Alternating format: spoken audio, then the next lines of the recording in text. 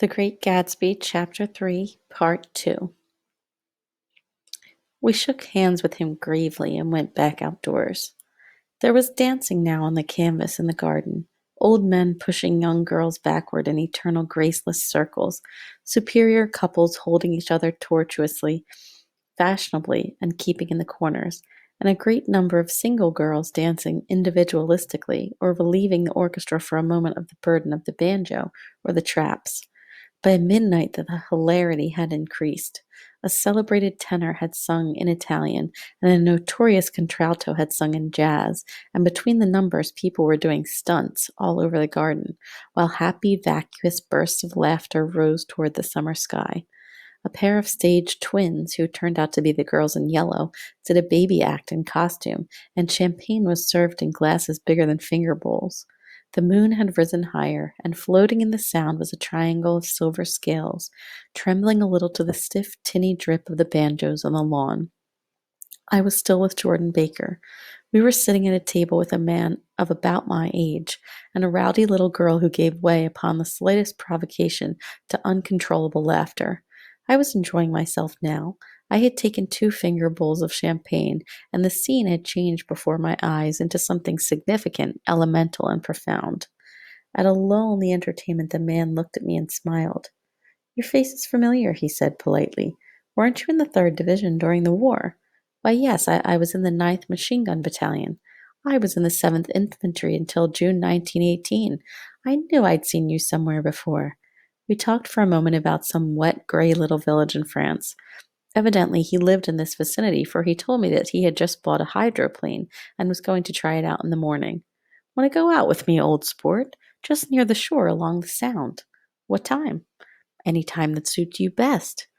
It was on the tip of my tongue to ask his name when Jordan looked around and smiled.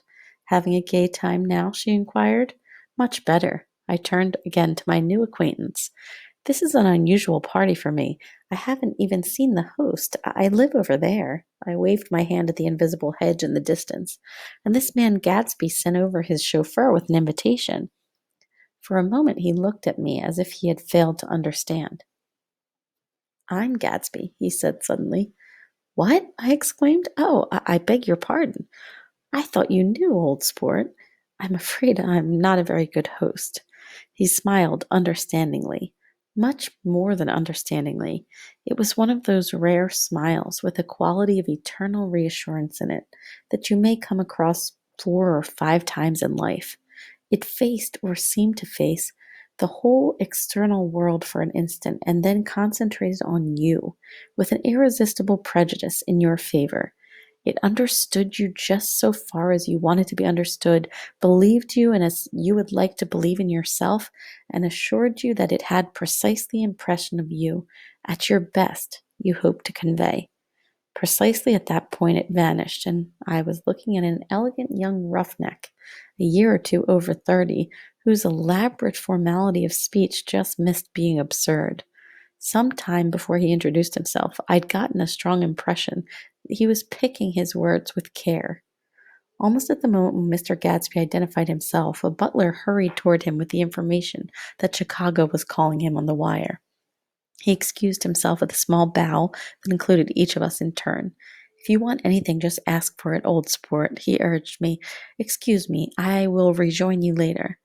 When he was gone, I turned immediately to Jordan, constrained to assure her of my surprise. I had expected that Mr. Gatsby would have been a florid and corpulent person in his middle years. "Who is he?" I demanded. "Do you know?" "He's just a man named Gatsby." "Where is he from, I mean, and what does he do?" "Now you're started on the subject," she answered with a wan smile. "Well, he told me once he was an Oxford man." A dim background started to take shape behind him, but at her next remark it faded away. "However, I don't believe it." "Why not?" "I don't know," she insisted. "I just don't think he went there." Something in her tone reminded me of the other girls' "I think he killed a man," and had the effect of stimulating my curiosity. I would have accepted without question the information that Gatsby sprang from the swamps of Louisiana or from the Lower East Side of New York. That was comprehensible. But young men didn't, at least in my provincial inexperience, I believe they didn't, drift coolly out of nowhere and buy a place on Long Island Sound. Anyhow, he gives large parties, said Jordan, changing the subject with an urbane distaste for the concrete. And I like large parties. They're so intimate. At small parties, there isn't any privacy. There was the boom of a bass drum, and the voice of the orchestra leader rang out suddenly above the echolalia of the garden. Ladies and gentlemen, he cried, at the request of Mr. Gadsby, we are going to play for you Mr. Vladimir Tostof's latest work, which attracted so much attention at Carnegie Hall last May. If you read the papers, you know there was a big sensation. He smiled with jovial condescension and added, some sensation, whereupon everybody laughed. The piece is known, he concluded lustily, as Vladimir Tostof's Jazz History of the World. The nature of Mr. Tostof's composition eluded me, because just as it began, my eyes fell on Gatsby, standing alone on the marble steps and looking from one group to another with approving eyes. His tan skin was drawn attractively tight on his face, and his short hair looked as though it were trimmed every day. I could see nothing sinister about him. I wondered if the fact that he was not drinking helped to set him off from his guests, for it seemed to me that he grew more correct as the fraternal hilarity increased. When the jazz history of the world was over, girls were putting their heads on men's shoulders in a puppyish, convivial way. Girls were swooning backwards playfully into men's arms, even into groups, knowing that someone would arrest their falls. But no one swooned backwards onto Gadsby, and no French bob touched Gadsby's shoulder. No singing quartets were found or formed with Gadsby's head for one link. I beg your pardon. Gadsby's butler was suddenly standing beside us. Miss Baker, he inquired, I beg your pardon, but Mr. Gadsby would like to speak to you alone. With me? She exclaimed in surprise. Yes, madam. She got up slowly, raising her eyebrows at me in astonishment, and followed the butler toward the house. I noticed that she wore her evening dress, all her dresses, like sports clothes. There was a jauntiness about her movements, as if she had first learned to walk upon golf courses on clean, crisp mornings. I was alone, and it was almost 2. For some time confused and intriguing sounds had issued from a long, many-windowed room which overhung the terrace. Eluding Jordan's undergraduate, who was now engaged in an obstetrical conversation with 2 chorus girls, and who implored me to join him, I went inside. The large room was full of people. One of the girls in yellow was playing the piano, and beside her stood a tall, red-haired young lady from a famous chorus, engaged in song. She had drunk a quantity of champagne, and during the course of her song she had decided ineptly that everything was very, very sad. So she was not only singing, she was weeping too. Whenever there was a pause in the song, she filled it with gasping, broken sobs, and then took up the lyric again in a quavering soprano. The tears coursed down her cheeks, not freely, however, for when they came into contact with her heavily beaded eyelashes, they assumed an inky color and pursued the rest of their way in slow, black rivulets. A humorous suggestion was made that she sing the notes on her face, whereupon she threw up her hands, sank into a chair, and went off into a deep, vinous sleep. She had a fight with a man who says he's her husband, explained a girl at my elbow. I looked around. Most of the remaining women were now having fights with men said to be their husbands. Even Jordan's party, the quartet from East Egg, were rent asunder by dissension. One of the men was talking with curious intensity to a young actress, and his wife, after attempting to laugh at the situation in a dignified and indifferent way, broke down entirely and resorted to flank attacks. At intervals she appeared suddenly at his side like an angry diamond and hissed, "You promised," into his ear. The reluctance to go home was not confined to wayward men. The hall was at present occupied by 2 deplorably sober men and their highly indignant wives. The wives were sympathizing with each other in slightly raised voices. "Whenever he sees I'm having a good time, he wants to go home. Never heard anything so selfish in my life. We're always the first ones to leave. So are we." "Well, we're almost the last tonight," said one of the men sheepishly. "The orchestra left half an hour ago." In spite of the wives' agreement that such malevolence was beyond credibility, the dispute ended in a short struggle, and both wives were lifted kicking into the night. As I waited for my hat in the hall, the door of the library opened, and Jordan Baker and Gatsby came out together. He was saying some last word to her, but the eagerness in his manner tightened abruptly into formality as several people approached him to say goodbye. Jordan's party was calling impatiently to her from the porch, but she lingered for a moment to shake hands.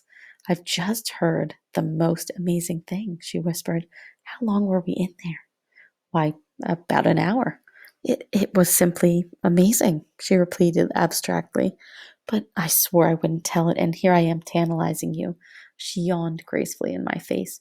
"Please come and see me. Phone book, under the name of Mrs. Sigourney Howard, my aunt." She was hurrying off as she talked. Her brown hand waved a jaunty salute as she melted into her party at the door. Rather ashamed that on my first appearance I had stayed so late, I joined the last of Gatsby's guests who were clustered around him. I wanted to explain that I'd hunted for him early in the evening and to apologize for not having known him in the garden. "Don't mention it," he enjoined me eagerly. "Don't give it another thought, old sport." The familiar expression held no more familiarity than the hand which reassuringly brushed my shoulder. "And don't forget we're going up in the hydroplane tomorrow morning at 9 o'clock." Then the butler behind his shoulder. "Philadelphia wants you on the phone, sir." "All right, in a minute. Tell them I'll be right there. Good night." "Good night." "Good night." He smiled, and suddenly there seemed to be a pleasant significance in having been among the last to go, as if it had desired it all the time. "Good night, old sport. Good night." But as I walked down the steps, I saw that the evening was not quite over. 50 feet from the door, a dozen headlights illuminated a bizarre and tumultuous scene.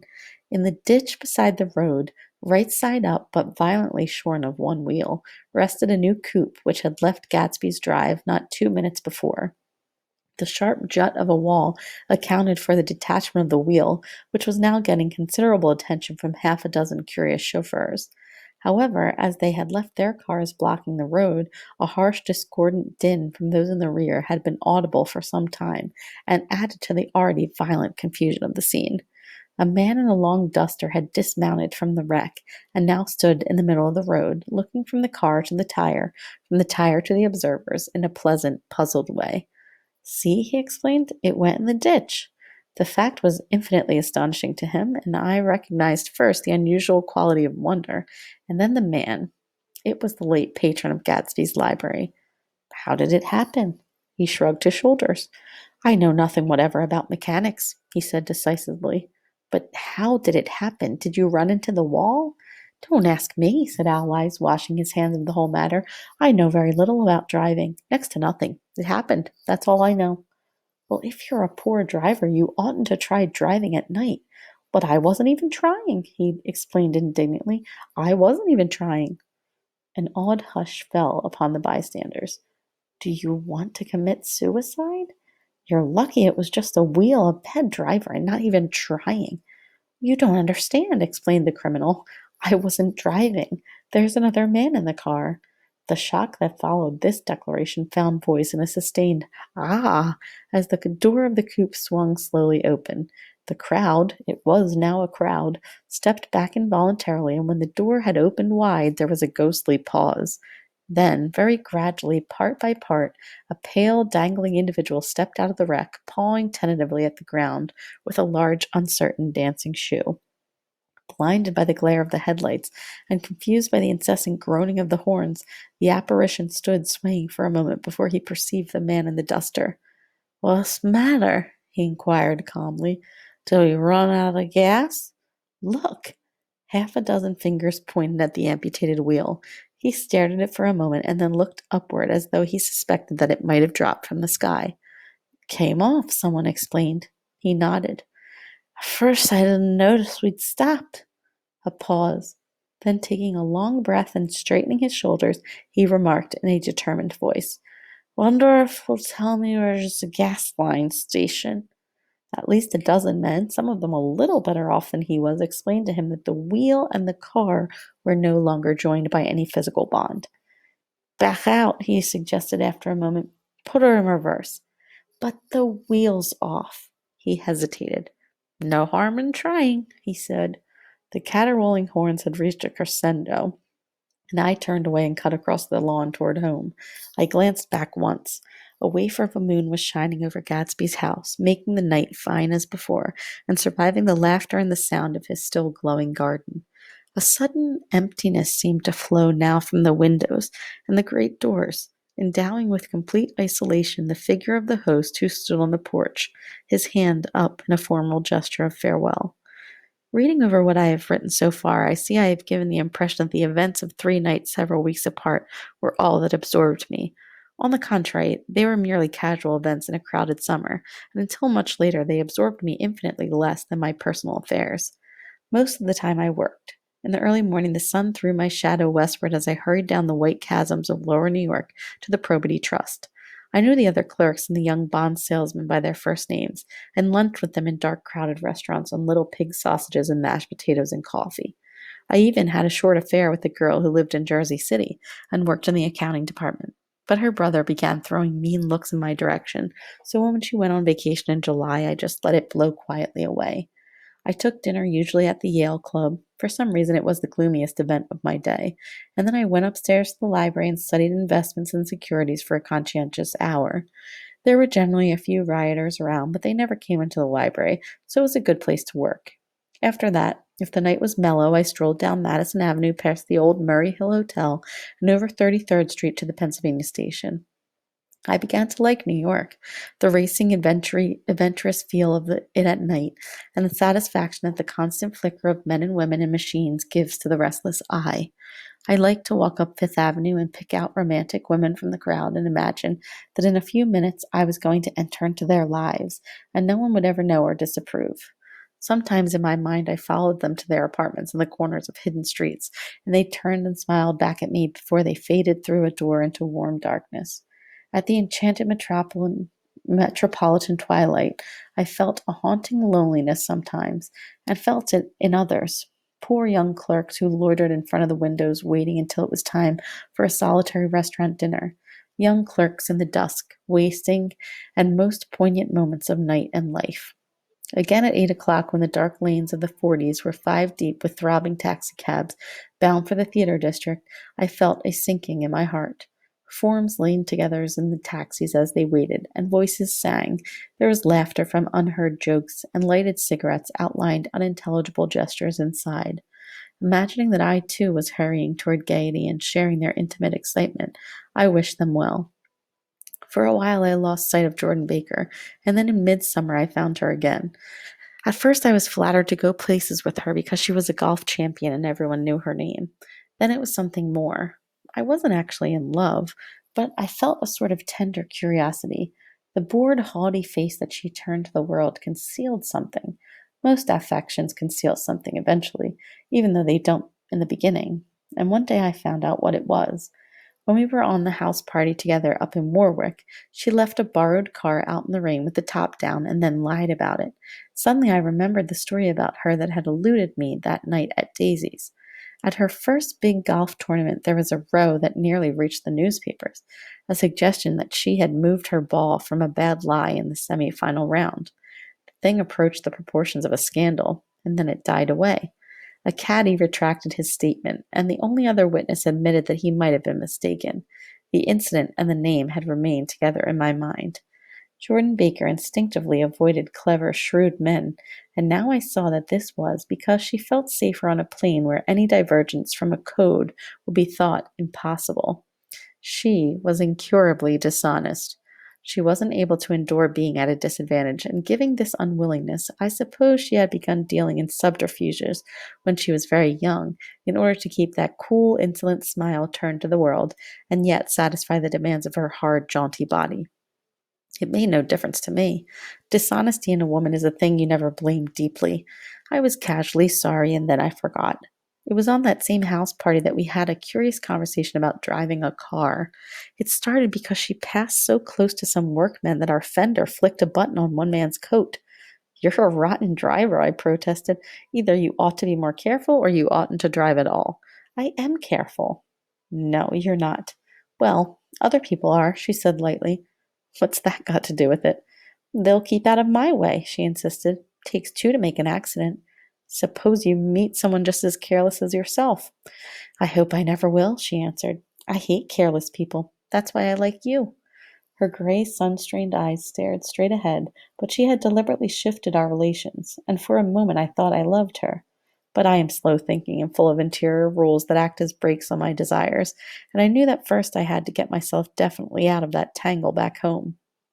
I'd been writing letters once a week and signing them "Love Nick," and all I could think of was how that certain girl played tennis. A faint mustache of perspiration appeared on her upper lip.